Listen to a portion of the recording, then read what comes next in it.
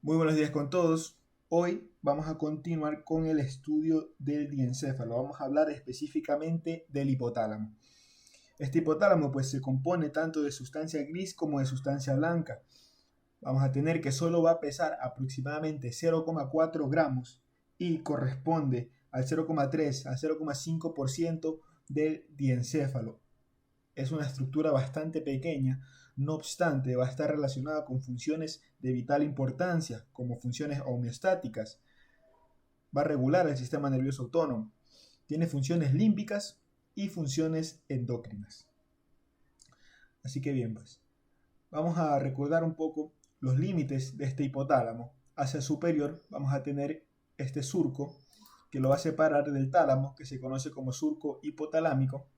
Hacia posterior tenemos el subtálamo y el inicio del acueducto mesencefálico o acueducto de Silvio. Hacia anterior, la comisura blanca anterior, la lámina terminal y parte del quiasma óptico. Y hacia poco posterior e inferior tenemos los cuerpos mamilares. Todo esto va a delimitar al hipotálamo. Así que ahora lo voy a como que encerrar. Aquí tendríamos toda esta estructura corresponde al hipotálamo. Tan pequeña pero tan importante. Aquí esto es de la vista de un corte sagital y si observamos aquí desde la vista basal o una vista inferior de todo el encéfalo, vamos a encontrar que el hipotálamo solo corresponde a esta estructura. Aquí podemos observar hacia adelante tenemos el quiasma óptico y hacia atrás los cuerpos mamilares. Toda esta estructura de aquí correspondería al hipotálamo, que se puede ver desde la cara inferior o cara basal. Tenemos aquí cómo nace el infundíbulo o tallo hipoficiario, que va a mantener a la glándula pituitaria o la glándula hipófisis, que ya la describimos desde un punto de vista histológico. Así que bien, aquí a los lados podemos observar también la sustancia perforada anterior. Esto correspondería al tracto olfatorio, que se divide en estrías olfatorias mediales y laterales, forma el trígono olfatorio, ¿no? Y aquí tenemos las cintillas ópticas. Hacia más atrás, las pedúnculos cerebrales. Así que bien, pues, no podemos hablar del hipotálamo sin mencionar a la hipófisis. Esta hipófisis va a tener, desde un punto de vista embriológico, dos orígenes distintos. La hipófisis se va a componer de un lóbulo anterior, o adenohipófisis, y un lóbulo posterior, o neurohipófisis. Este lóbulo posterior se va a formar con, o va a derivar, mejor dicho, va a derivar del diencéfalo, o sea, es tejido nervioso. Por eso se llama neurohipófisis o pars nerviosa, este lóbulo posterior. Sin embargo, el lóbulo anterior o adenohipófisis va a derivar de el epitelio orofaringio, que se va a encontrar en la cavidad oral, específicamente en la bolsa de Radke, que va a formar la bolsa de Radke, y se va a invaginar y va a llegar a la adenohipófisis. O sea, bueno, va a llegar a la hipófisis para formar la adenohipófisis. Aquí lo podemos observar. Y bueno, como ya habíamos mencionado, dentro del hipotálamo encontramos ciertos núcleos como el paraventricular, el supraóptico, el infundibular o arqueado, los cuales van a producir ciertas hormonas que van a estimular la hipófisis. Y se va para producir ciertas hormonas que a su vez van a estimular los órganos diana, como la tiroides, la corteza suprarrenal, las gónadas, las glándulas mamarias, huesos, músculos, entre otros tejidos blandos. Así que bien, pues, como había mencionado al principio, este hipotálamo se compone tanto de sustancia gris, que corresponde a cúmulos de cuerpos neuronales, como de sustancia blanca, de ciertos fascículos. Así que para conocer, porque aquí los textos perdón, no son tan descriptivos o tal vez nos pueden llegar a confundir, vamos a tener que, por la presencia del fornix, este hipotálamo se va a dividir en dos regiones, una región medial y una región lateral. La región medial estaría conformada a su vez por tres subregiones, lo podríamos mencionar, ¿no? Una que pasa por delante del quiasma óptico, otra por delante del tuber cinereum, y el área posterior, que correspondería a los cuerpos mamilares. Tenemos entonces un área anterior o preóptica, que esta área anterior no va a corresponder al diencéfalo porque va a tener un origen telencefálico, o sea, viene de los hemisferios cerebrales, pero por su íntima relación desde un punto de vista fisiológico con el diencéfalo, se lo menciona. Entonces tenemos un área anterior dentro de la zona medial del diencéfalo, tenemos un área anterior o preóptica, tenemos un área medial o tuberal por el tuber cinereum, y tenemos un área posterior o mamilar por la presencia de los cuerpos mamilares.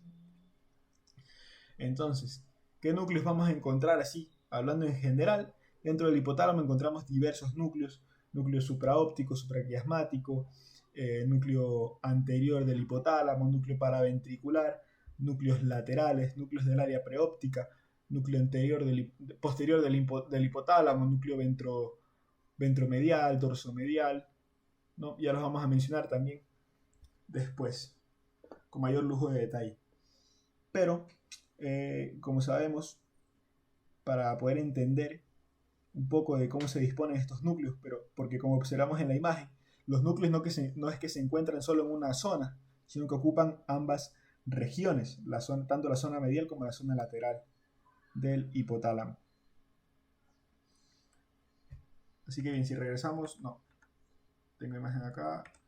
Bueno, como decía de los fornices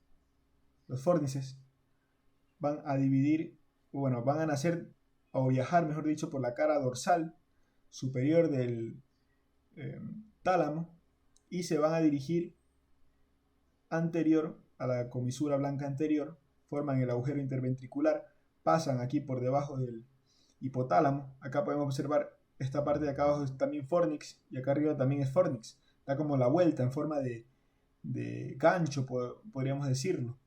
Una forma de gancho que da toda la vuelta hasta llegar a este nivel más o menos de los cuerpos mamilares, que vamos a ver cuando hablemos de sus conexiones que va a formar.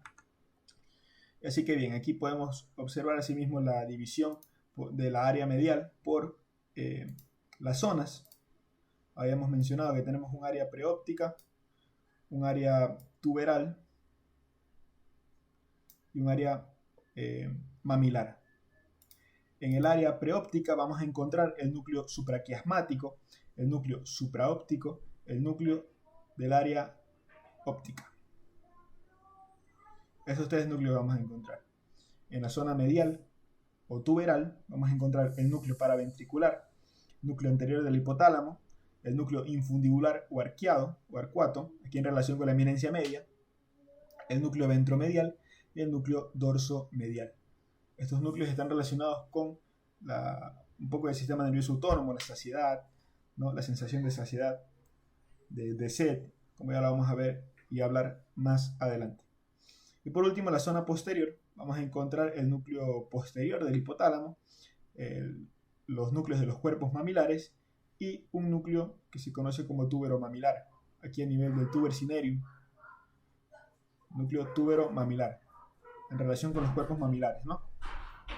Y por último, aquí en la imagen de la derecha, tenemos acá, esto correspondería a los fornix, como dije, dan como la vuelta en forma de gancho, entonces a este nivel también estaría, aquí delimitaría una zona medial y una zona lateral.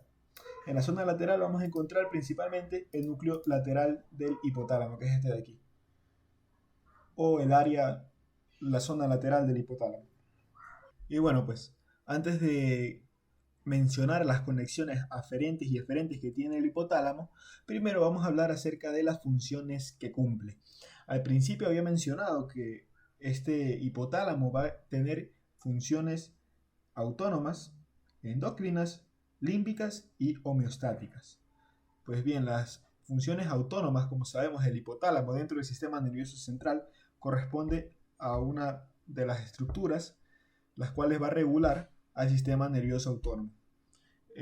Todo el sistema nervioso se encuentra dividido jerárquicamente y específicamente el hipotálamo va a ser el centro más superior de la regulación del sistema nervioso autónomo. Entonces, bien, este hipotálamo se divide en dos.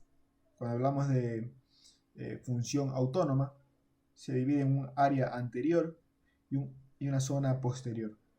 Si se estimula la zona anterior del hipotálamo, vamos a tener principalmente la predominancia de respuestas parasimpáticas, como la disminución de la frecuencia cardíaca, disminución de la frecuencia respiratoria, disminución de la presión arterial y todo aumento de actividad gastrointestinal, como aumento del peristaltismo, aumento de secreción de jugos biliares, pancreáticos, intestinales, apertura de los esfínteres, producción de saliva, entre otros. Y a nivel de la zona posterior del hipotálamo, tiene entonces respuestas predominantemente simpáticas, como aumento de la frecuencia cardíaca, aumento de la presión arterial, aumento de la frecuencia respiratoria, midriasis también, una dilatación de las pupilas y obviamente disminución de toda actividad del tubo gastrointestinal, cierre de los esfínteres, se detiene el peristaltismo, se detiene la producción de jugos gástricos y se detiene la producción de saliva, entre otros más. Entonces, también mencionar que el hipotálamo es el encargado de regular la temperatura corporal, o sea, es un termostato que tenemos.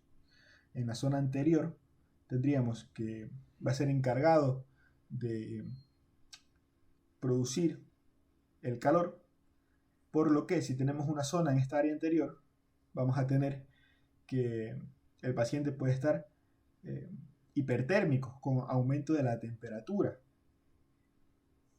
Sin embargo, si dañamos la zona posterior del hipotálamo, ocurre algo interesante.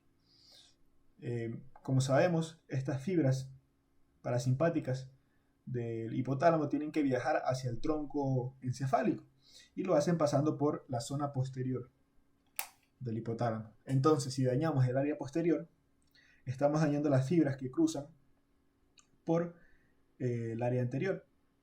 Y como son encargadas de regular la temperatura a niveles altos, ¿qué es lo que va a pasar? Por algún tipo de daño hemorrágico a este nivel del área posterior del hipotálamo, tenemos que el paciente va a presentar un nivel de temperatura corporal igual a la del medio ambiente. Eso es característico de lesiones en la región posterior del hipotálamo. Bueno, además, sus funciones endocrinas, vamos a tener que va a poseer diferentes tipos de hormonas, como hormonas liberadoras y hormonas inhibitorias. Esto también ya lo mencioné cuando hablé de la hipófisis, en el video que ya está subido, creo. Y bueno, pero ahora los vamos a mencionar también. Tiene hormonas liberadoras, como hormona liberadora de la tirotropina, tiene hormonas liberadoras de la corticotropina, hormona liberadora de la hormona de crecimiento y hormona liberadora de las gonadotropinas. Y hormonas inhibitorias, tiene dos hormonas inhibitorias. Una que es la somatostatina, o la hormona inhibitoria de la hormona de crecimiento, y otra hormona que es la hormona inhibitoria de la prolactina, o la dopamina.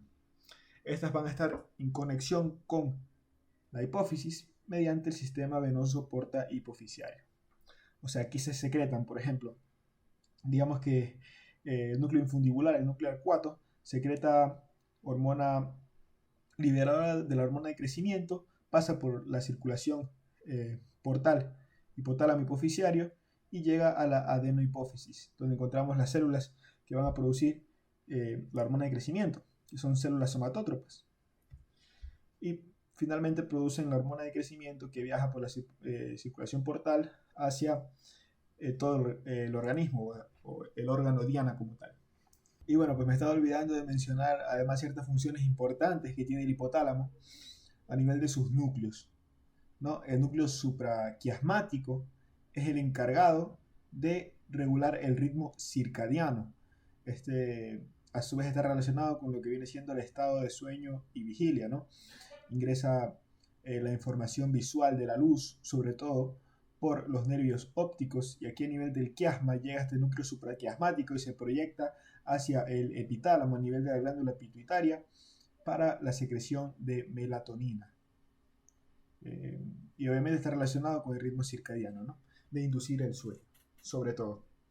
A nivel de la zona medial del hipotálamo se dice que se encuentra el centro de saciedad, o sea, que se inhibe el apetito y se reduce el tipo de ingesta de comida o de alimentos. Si se daña esta zona de los núcleos mediales, eh, la persona puede ingerir alimentos sin saciarse. Sin embargo, si encontramos en la zona lateral del hipotálamo se encuentra el centro del hambre, o sea, el que causa apetito y aumenta la ingesta de alimentos o de líquidos. Si dañamos esta zona, en cambio, la persona se va a encontrar, se va a sentir llena, sobre todo. Y así que bien, ¿no? De ahí los otros núcleos, las otras partes de los núcleos que habíamos descrito, ¿no? La zona anterior relacionada con funciones termostáticas, anterior y posterior. Y eso, así que bien. Y bueno, ya por último, las conexiones que tiene, tanto aferentes como eferentes que tiene el hipotálamo, esta región pequeña de aquí. Vamos a hablar primero de sus aferencias. Va a recibir aferencias de la cápsula interna, específicamente del brazo anterior de la cápsula interna, que van a venir tanto del área prefrontal como el lóbulo temporal. Recibe estas aferencias mediante el brazo anterior de la cápsula interna, viajan hacia el hipotálamo. De allí, uno del área septal, que está en el lóbulo frontal, vamos a tener que ciertas fibras van a viajar, van a pasar por la sustancia perforada anterior e ingresan al hipotálamo como haz prosencefálico medial, o también se conoce como haz telencefálico medial. También a su vez, el hipotálamo recibe fibras procedentes de los núcleos amigdalinos que se encuentran en los cuerpos amigdalinos, obviamente a nivel del temporal interno, y tienen dos como que vías, una vía larga, que la cual se va a dirigir mediante la estría terminal hacia el hipotálamo, y otra vía corta, la cual lo hace con las estrías medulares, las estrías olfatorias mediales, que se denomina banda diagonal de Broca y se dirige hacia el hipotálamo. Esas dos vías tiene, una vía corta y una vía larga, más o menos larga. Después tenemos otras aferencias, también recibe mediante el fornix de la formación hipocampánica, está relacionada con el circuito de Papez. Aquí vamos a encontrar a nivel del hipotálamo los cuerpos o bien los núcleos mamilares, los cuales reciben aferencias del sistema límbico por el fornix. Estas las va a enviar hacia el tálamo. Ya esa sería la última aferencia que recibe de la formación hipocámpica, mediante el fornix. Y después las eferencias tenemos del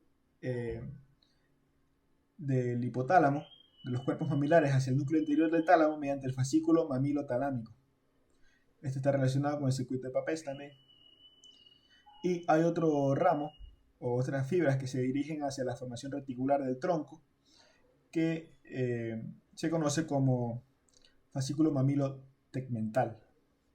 También me olvidé mencionar que de la formación reticular también recibe aferencias este hipotálamo, de la formación reticular del mesencéfalo, sobre todo, principalmente. Ahí se encuentran ciertos núcleos colinérgicos, noradrenérgicos y serotonérgicos, como el locus ceruleum, por mencionar, ¿no? Recibe las aferencias hacia el hipotálamo. Y asimismo va a mandar eferencias el hipotálamo hacia la formación reticular, mediante el fascículo longitudinal dorsal. Esto ya lo vimos cuando hablamos también de configuración interna de tronco encefálico. Asimismo, como esta formación reticular va a recibir y enviar aferencias hacia el hipotálamo, esta formación reticular recibe aferencias de la médula espinal por el fascículo espinoreticular. y espinotalámico también. Esto ya lo hablamos cuando hablamos de vías ascendentes y descendentes de la médula espinal. Y asimismo, eferencias mediante el fascículo retículo espinal hacia las neuronas autónomas preganglionares que se encuentran tanto en los núcleos de los nervios craneales como el séptimo, el noveno y el décimo, y a niveles sacros S2 y S4, y a niveles toracolumbares de T1 a L2, o depende del autor, ¿no? También de C8 a L2. Así que bien, también manda eferencias mediante la misma banda diagonal que se dirige hacia el prosencéfalo, hacia los núcleos colinérgicos basales. Y eso serían todas las aferencias y eferencias que tiene el hipotálamo. Así que bien, eso sería todo por hipotálamo. Nos vemos en una entrega de subtálamo. Muchas gracias.